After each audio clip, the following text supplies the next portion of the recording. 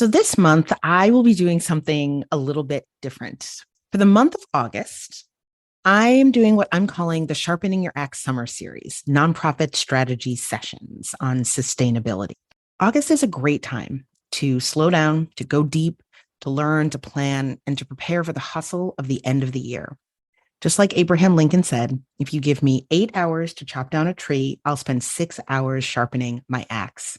So my goal with this series is to help you sharpen your proverbial organizational axe during the slower, somewhat days of summer. Each week, I'll be focusing on one of the core elements that make nonprofits strong: fundraising, boards, staff, finance, and organizational direction. Each week, I'll be sharing content that explores the theme from different angles, a combination of short-form strategy tips, long-form trainings that go deeper into some aspect of the theme, and always an encore podcast episode featuring me in more of a generative conversation with one of my incredible guests, exploring the theme from yet a third angle. These strategy sessions are fire. So grab a notebook, grab a pen, curl up someplace really comfy, and enjoy. Hi, thanks so much for tuning into the Nonprofit Mastermind podcast, where I do a deep dive into the strategies and mindset behind launching, scaling, and leading a high-impact nonprofit. I'm your host, Richie-Babbage. I'm really excited you're here. You're listening to episode number 12.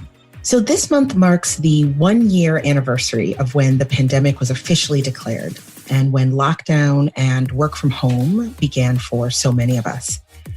I've been thinking a lot about this anniversary and reflecting back on where we all were at this time last year, and thinking about all of the conversations with nonprofit leaders, often frantic, that I was participating in and holding space for in those early days. There were so many conversations about what was coming, how to shift to working and leading remotely, what was going to happen with funding and programming and staff. And underlying much of what I was hearing and working on was this through line of sustainability. What would be required for organizations to actually be able to sustain themselves in the days and weeks and months ahead? Interestingly, around the same time, 1 year ago this month, in fact, but a few weeks before the official start of the pandemic, I had the pleasure of talking with Vu Le about his blog, Nonprofit AF, and about this very topic of sustainability for an online summit that I was developing at the time. Vu has done a lot of thinking and writing about this topic of sustainability, and in particular, what he calls the myth of sustainability. And he and I got to have a great conversation about the ways in which even the framework of sustainability may be doing nonprofits and leaders a disservice. So I thought I'd reshare that conversation now during this anniversary month, both as a way of denoting how timeless this topic of sustainability is. He was writing and thinking about it, and we were talking about it before we had a pandemic to contend with. And also because now, a year into this crazy and, for so many of us, redefining moment, we may hear what he shares and what he and I talk about with fresh ears. So here you are, and I hope you enjoy. Welcome to the Fundraising Growth Strategy Summit. I am so excited to be interviewing you, Vu. This is Vu Le, writer, speaker, former ED of RVC on the West Coast, and author of Nonprofit AF, which I'm sure everyone watching this video interview has read and loves as much as I do. Welcome, Vu. Thank you, Brooke, for having me. We were talking, before the video started about one of the things that I love, many things I love about your writing, and it's that you tackle real issues in our sector that as EDs, as leaders, as people who care about the communities that we work in, they're real issues that we face, and you do it with a mix of earnestness and laughter, and I think that's a way in to important conversations. So I'm really excited to have one of those conversations today. Yeah, thank you. And I comb my hair for this and everything. Yes, and it's fantastic. Awesome. Okay. So let's dive in. What I wanted to talk about today in particular is your writing and speaking about the sustainability myth. And it's something that I personally have read a number of your blogs about, and its impact on organizations and on the sector more broadly. So can you start with what is the sustainability myth? Absolutely. The sustainability myth is this belief that if we nonprofits just work hard enough, money will just fly down from the heavens and we don't have to apply for a grant ever again. That's it. And it manifests in this question: what are you going to do when this grant we give you runs out? How are you going to sustain your program? And all of us have been trained to BS this, right? So we have been trained to say things like, oh, we are going to increase our board and staff's capacity to reach out to individual donors. We will establish relationships with local businesses, and we will sell the macaroni artwork that the kids on after school program. Those are the three prongs. Yeah, exactly. Earn income, right? Exactly. And all of that is a euphemism for we will leave you alone and bother other people. Yeah. For 1 year until you forgot that we applied to you, and then we'll reapply. We'll be back. Yeah, it is. And I think it's just a deeply insulting question that we have just been putting up with, because there's a philosophy behind that, which is that you are a parasite. You are a freeloader. You are relying on us to do your work. And we need you like you are like, I think we're being treated like, I don't know, like a millennial who just moved back into their parents' basement. And the parents are like, when are you going to like get out and be a real adult? Yeah. You know? And it is a terrible philosophy that is preventing us from doing our work. Yeah. And we just need to stop putting up with it. What do you think is the impact on actual people running these organizations of this myth? I would imagine that it sort of breeds a sense of guilt and sort of there's something I'm not doing right. Why is this so hard for me if everybody else is so sustainable? Yeah. It's a delusion. It's an illusion and a delusion. There's no such thing as nonprofit sustainability. And we are filling up the gaps caused by government and by the market. Yeah. And so we are doing things that in many ways should be handled by the government.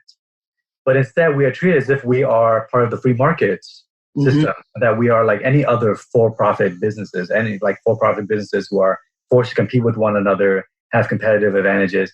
That's not how it's going to work.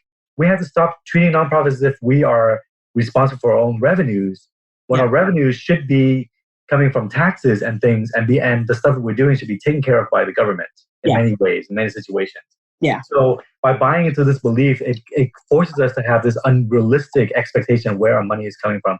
And then none of us can ever be self-sustaining financially, ever. None of us.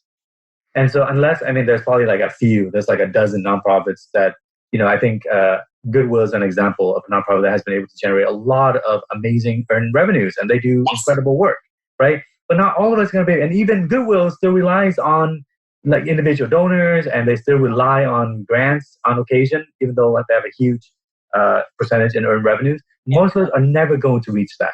Yeah. And the belief that we should all be like earning income and having the majority of our revenues come from earning income is unrealistic and leads to burnout and shame. Yeah. And it's awful. Yeah.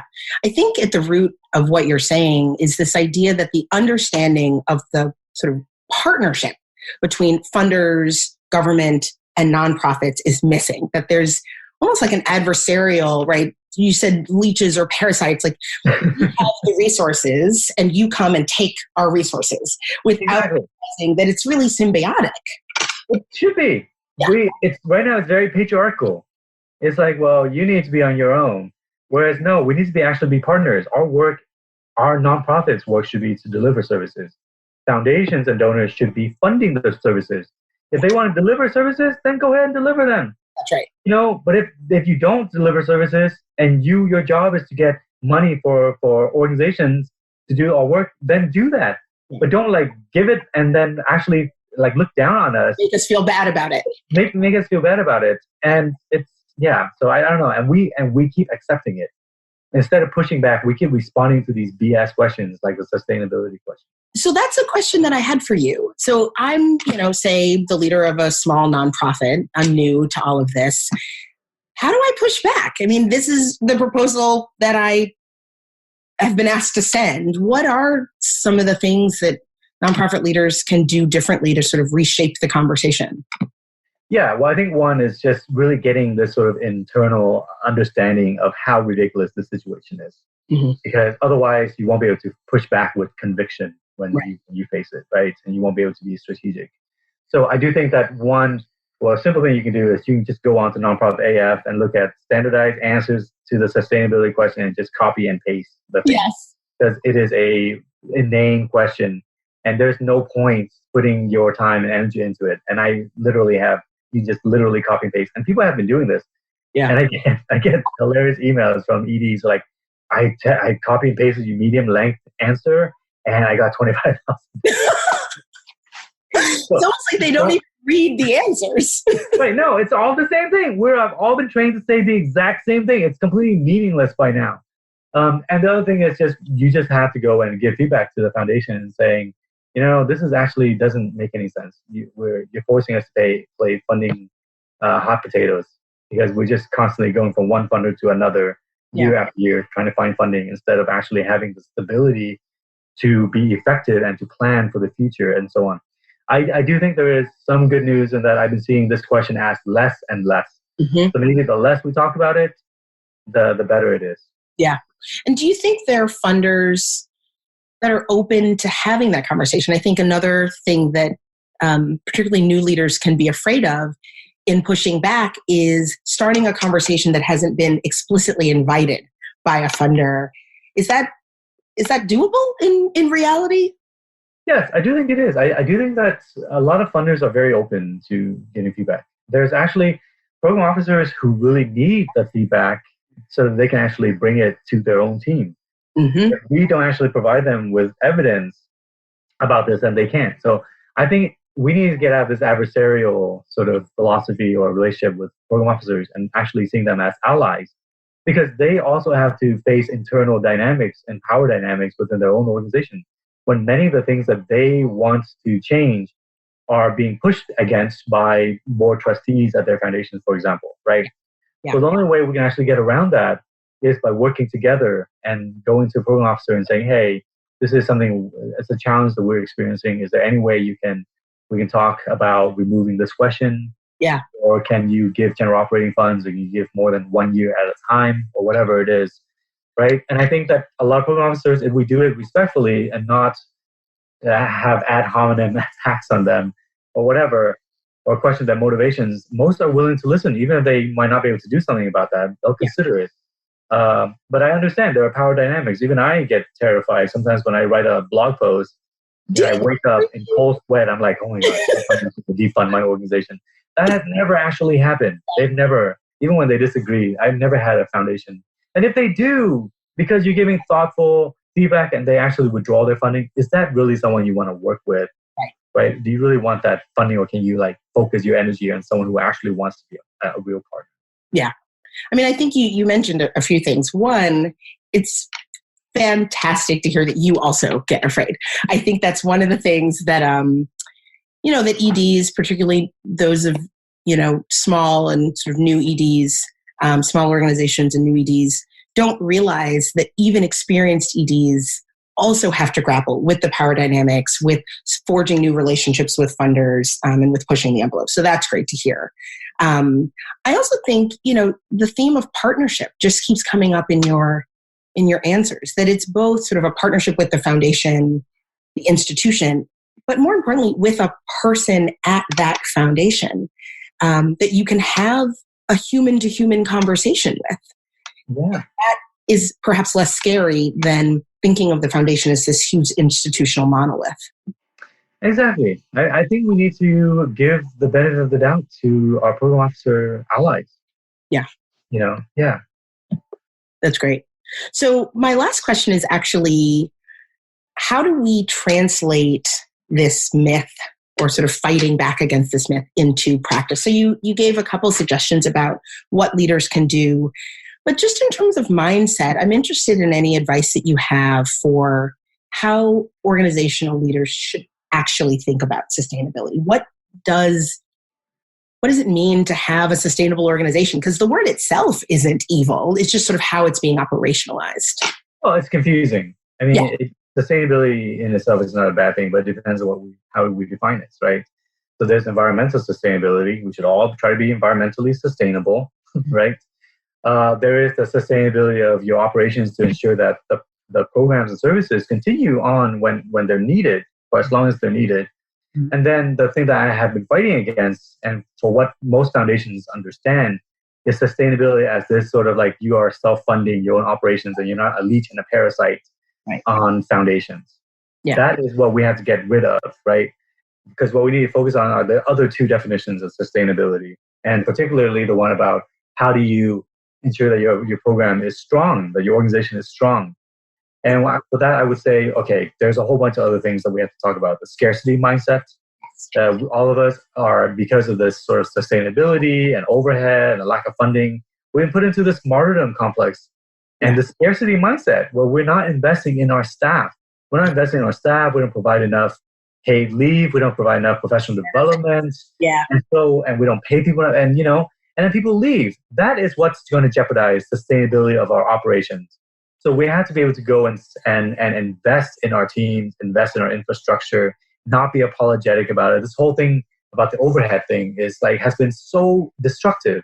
People are like, well, we got to keep overhead low. What does overhead mean? Overhead is people. Overhead is operations. Overhead is what is keeping us being able to provide quality services. Yeah. So if we cut down on these things, then our services suffer and the people that we serve suffer. So we have to think about sustainability as investing in our operations and our people to the point where they are strong and they provide the best services. And that means actually spending more money on operations and being ambitious in our budgets. Yeah. And especially if you are like an organization that is small and led by marginalized communities, communities of color, communities with disabilities, etc., then you have been trained to be very happy with tiny amounts of money.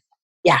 And foundations give you tiny, burdensome grant proposals for these tiny amounts of money. That's right.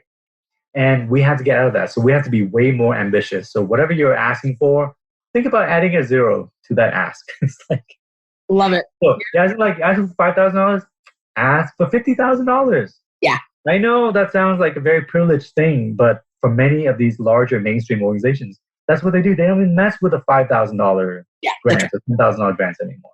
That's right. So we marginalized communities have to start thinking on that scale as well, and stop being apologetic and stop being so grateful for these crumbs that we have been getting. I love it. That is fantastic advice. So thank you so much for this conversation. If people want to read your blog, where should they go? They can go to nonprofitaf.com. Nonprofit AF stands for Nonprofit and Fearless. Fantastic. Thank you again, Ruth. This was fantastic. Thank you, Brooke, for having me. Thank you for joining me this week. If you enjoyed this podcast, please check out the Nonprofit Mastermind podcast and subscribe on Apple or wherever you listen to your podcasts, and please share with your friends. Also, before you go, if you are doing your own thinking about or work on making your own practice of leadership more sustainable in some concrete ways, I would like to share my new free Sustainable Leadership e-course, where I walk you through how to lead from a state of abundance and stability as opposed to scarcity and overwhelm. Each week for 4 weeks, I'll send you a brief e-lesson, an activity, and curated readings to support you in creating a deeper, more sustainable practice of leadership on a generative, strategic, and tactical level. To sign up, simply go to richie-babbage.com/sustainability. That's all for now. Have a great week, and I will see you back here next week for more Mastermind.